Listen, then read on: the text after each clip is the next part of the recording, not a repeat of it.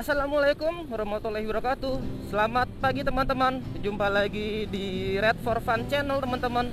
Sekarang hari Selasa teman-teman, tanggal 26 Maret ya. Saya lagi sama si Gas-Gas Gorilla teman-teman. Pasti teman-teman udah lama nggak ngelihat saya jalan-jalan bikin konten sama Gas-Gas Gorilla ya teman-teman. Nah, saat ini saya lagi sama Gas-Gas Gorilla nih karena beberapa bulan yang lalu itu kan sempat musim hujan, walaupun hujannya nggak seperti musim-musim sebelumnya. Biasanya kan kalau bulan Desember terus bulan Januari itu kan di Indonesia ini kan musim hujan ya teman-teman.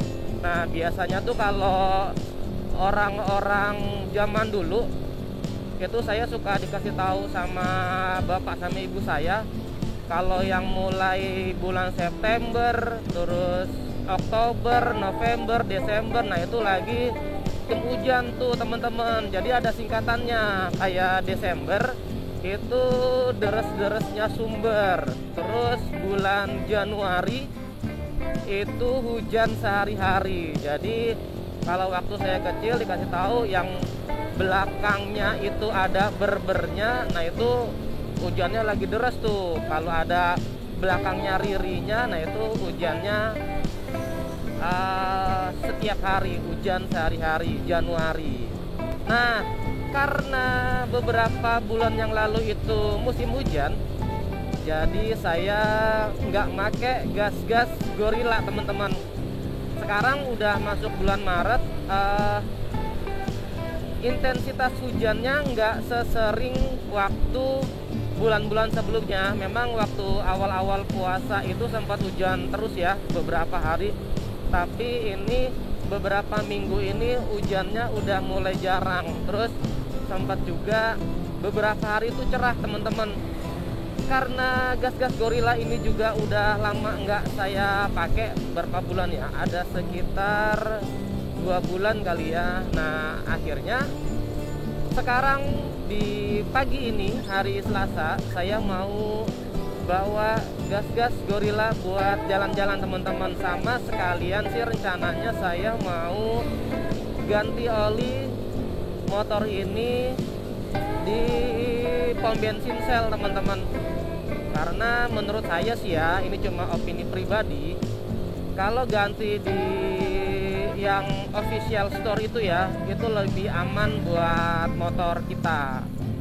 Karena di pasaran itu banyak banget beredar oli palsu teman-teman. Nah, saya menghindari deh tuh hal-hal yang seperti itu, karena saya juga kurang pinter juga, kurang jeli bedain antara oli palsu sama oli yang original. Nah, untuk menghindari hal-hal yang seperti itu, jadi saya lebih baik, atau teman-teman juga kali ya, lebih baik kita ganti oli atau beli oli itu di gerai-gerai resmi dari oli tersebut sih.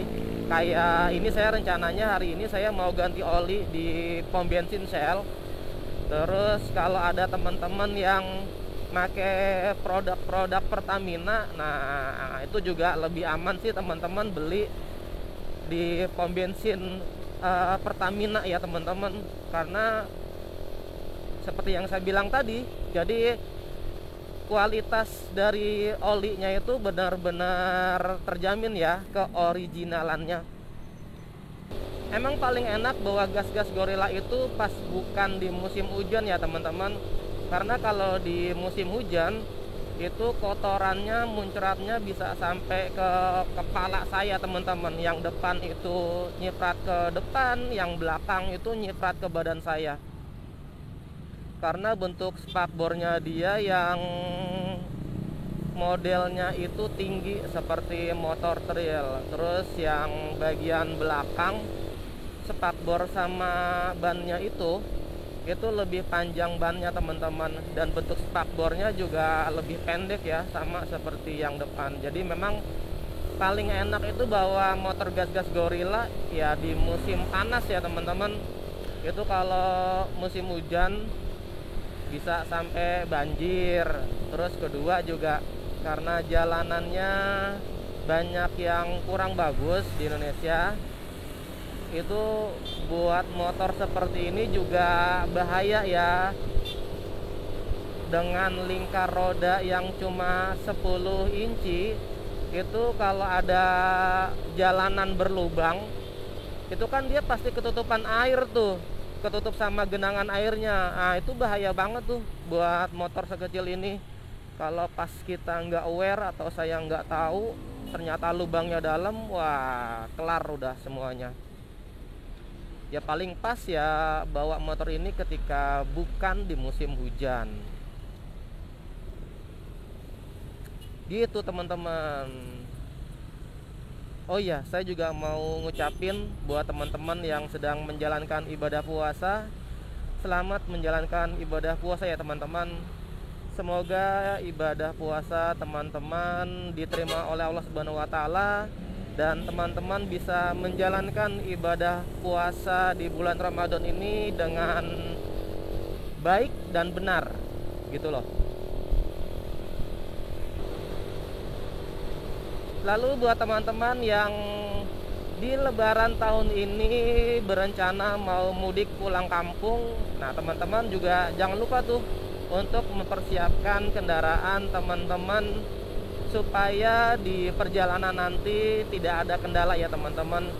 Yang harusnya diservis itu sebaiknya diservis. Terus yang pasti itu harus ganti oli ya teman-teman. Kampas rem, itu kampas rem juga jangan sampai nggak diganti, karena perjalanan yang teman tempuh itu nggak mungkin 100 atau 200 km, karena dari sini Jakarta ke Cirebon aja itu mungkin ada sekitar 300 ya teman-teman, ada 300 km. Belum lagi kalau misalkan teman-teman mudiknya mau ke daerah mana, ke daerah Jawa Tengah misalnya. Jawa Tengah itu mungkin 400 km mungkin ya, atau 350 mungkin ya kalau daerah Tegal atau Brebes. Terus teman-teman mungkin ada yang rumahnya di daerah Jogja, Semarang. Nah itu pasti sudah kilometernya di atas 500 mungkin ya. Mungkin Jakarta Semarang tuh 500 kilo kali ya. Tapi kalau udah sampai Jogja ya mungkin antara 500 sampai 600 kilo. Jadi jangan lupa di servis ya teman-teman, buat persiapan nanti pulang kampung, supaya di perjalanan teman-teman lancar sampai di tempat tujuan. Sekedar informasi buat teman-teman yang mungkin penasaran sama gas-gas Gorilla atau gas-gas Monkey. Jadi konstruksi mesin motor ini itu mirip banget sama motor keluaran Honda ya teman-teman. Konstruksi mesinnya saya lihat simpel sekali, terus juga perbedaannya cuma minor banget deh. Jadi untuk perawatan motor ini sangat mudah.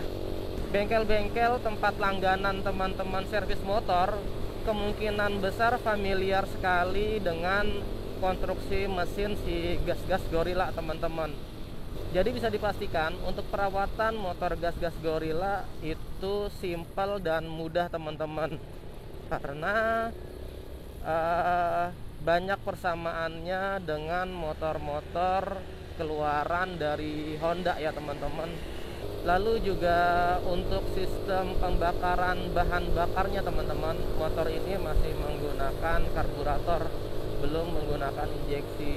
Nah, karena sistem pembakaran motor ini masih konvensional atau masih karburator, jadi itu memudahkan kita dalam merawat kendaraan ini teman-teman. Jujur saja sebenarnya untuk perawatan atau dalam mendiagnosa suatu kendala di sebuah sepeda motor, itu saya akui lebih mudah mendiagnosa ketika motor ini menggunakan sistem bahan bakar injeksi ya teman-teman. Tapi ada tapinya nih.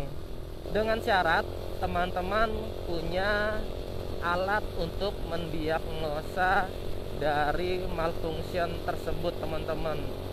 Jadi kalau teman-teman punya alat untuk mendiagnosa dari motor-motor injeksi, ya teman-teman tinggal colok aja lalu keluar kodenya. Nah, setiap kode dari motor itu kan beda-beda ya. Setiap kode itu menunjukkan dari si kendala itu tersebut gitu loh. Untuk motor Honda, motor Suzuki, atau motor-motor yang lain deh, semua motor kalau dia sudah sistemnya injeksi, dalam mendiagnosanya kita lebih mudah kalau kita punya alat diagnosanya. Jadi setiap kode-kode itu ya kita langsung tahu gitu loh. Kalau sistem pembakarannya masih karburator ya kita harus tebak-tebakan dah tuh. Dan biasanya sih semakin tinggi jam terbang dari seorang mekanik, itu dia semakin cepat dalam mendiagnosa suatu penyakit di sepeda motor ya teman-teman. Ya karena penyakit di sepeda motor ya itu aja. Jadi semakin tinggi jam terbang seorang mekanik ya dia pasti semakin paham. Kalau misalkan motor berebet di putaran atas, oh dia harus ganti ininya. Kalau berebetnya di bagian bawah, oh dia harus ganti itunya. Terus motornya nggak bisa hidup di starter, nah yang harus dicek apanya tuh. Montir-montir sih lebih paham. Cuma kalau motor masih karburator begini ya ibaratnya bengkel-bengkel pinggir jalan yang nggak punya alat diagnosa, ya dia masih bisa tanganin. Oke, kita di depan masuk ke pom bensin Shell untuk ganti oli, teman-teman. Nah, kita ganti oli. Nah, itu dia tuh olinya tuh. Kita isi bensin dulu sih. Kita isi bensin dulu sebelum ganti oli.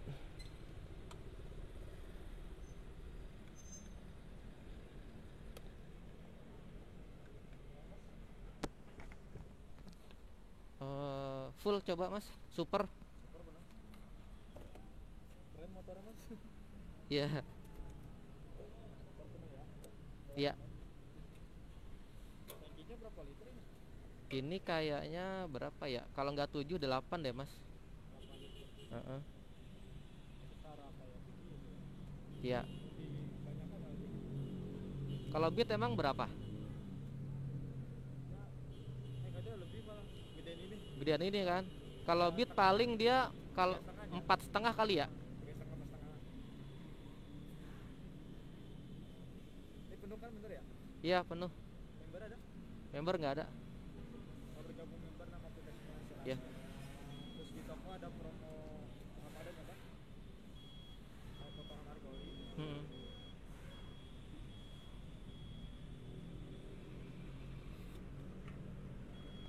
Tuh itu aja udah 4 liter ya. Mungkin masih ada banyak tadi ya? Masih ada, kalau 2-3 liter kayaknya masih ada deh.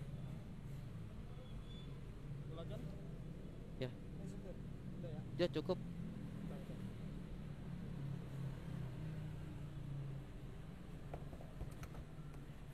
Full banget ya.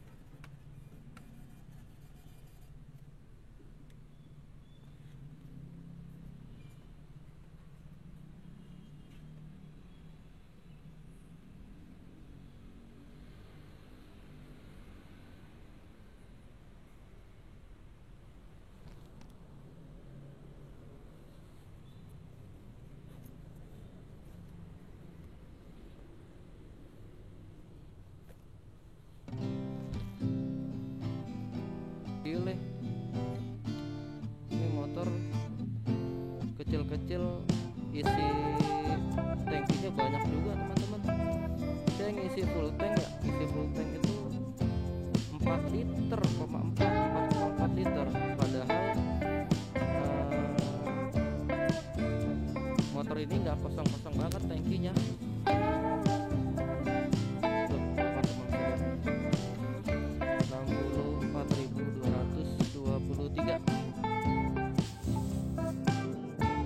Servis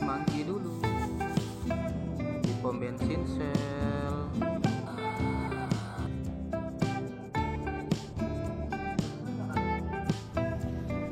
Kita lanjut lagi teman-teman. Barusan saya sudah ganti oli. Saya sudah ganti oli pakai oli Shell 1540 teman-teman sayanya. Tadinya saya mau nyoba pakai oli yang lebih kental teman-teman, 2050. Cuma saya pikir-pikir lagi, karena motor ini kilometernya juga belum gede-gede banget.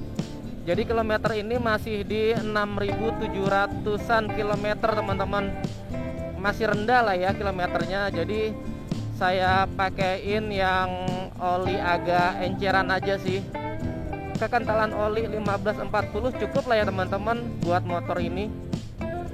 Toh juga motor ini nggak tua-tua banget gitu loh, karena rakitan tahun 2022 kan.